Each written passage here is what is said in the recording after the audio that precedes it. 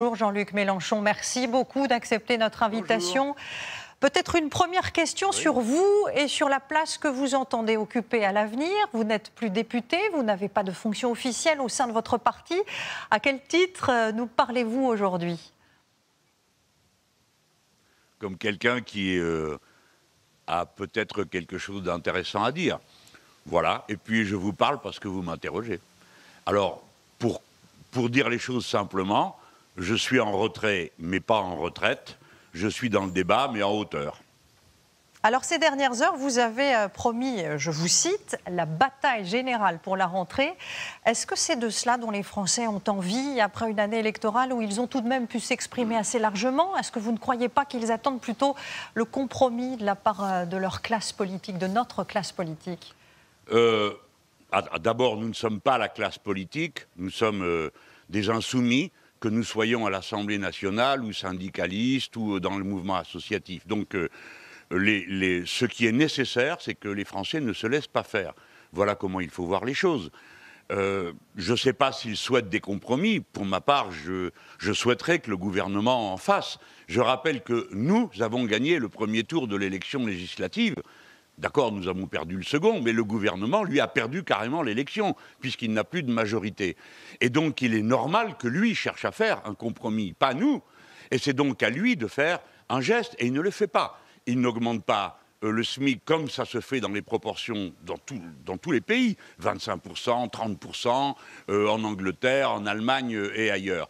Il ne prend pas les dispositions pour l'avenir concernant la catastrophe climatique dont on a vu le premier épisode cet été avec la sécheresse et les incendies et dont on va voir le deuxième épisode en septembre et en octobre avec les pluies diluviennes sur toutes les façades maritimes de notre pays. Il y a 1000 km de côte, donc il va y avoir beaucoup de choses.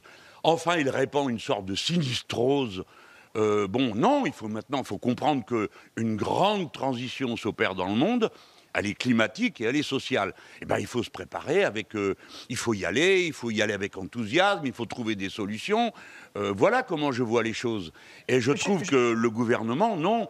je termine juste là-dessus. Je déplore qu'il ait choisi une ligne d'affrontement avec le peuple de ce pays. Parce que son unique programme annoncé pour l'instant, c'est...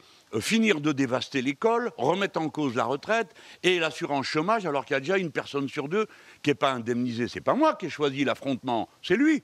Alors, je vais quand même prendre un exemple, parce qu'on a du mal à comprendre votre positionnement. Oui. Vous avez, par exemple, vivement critiqué Vous croyez vraiment ces propos... que vous avez du mal à comprendre? Alors, attendez, ma question.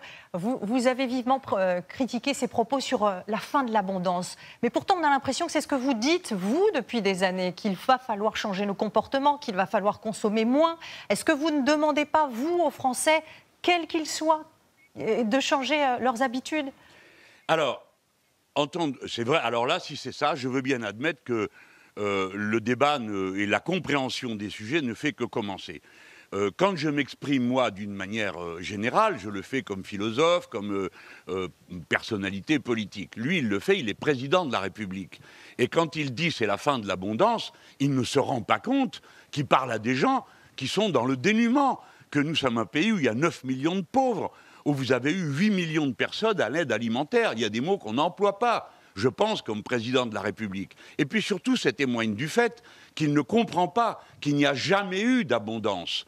Il y a eu de l'accumulation de richesses, et elle continue, mais la ressource a toujours été limitée. La bêtise des années, de toute la politique des années 80, c'est de ne pas avoir compris qu'il y avait une limite à ce qu'on pouvait prendre à la nature.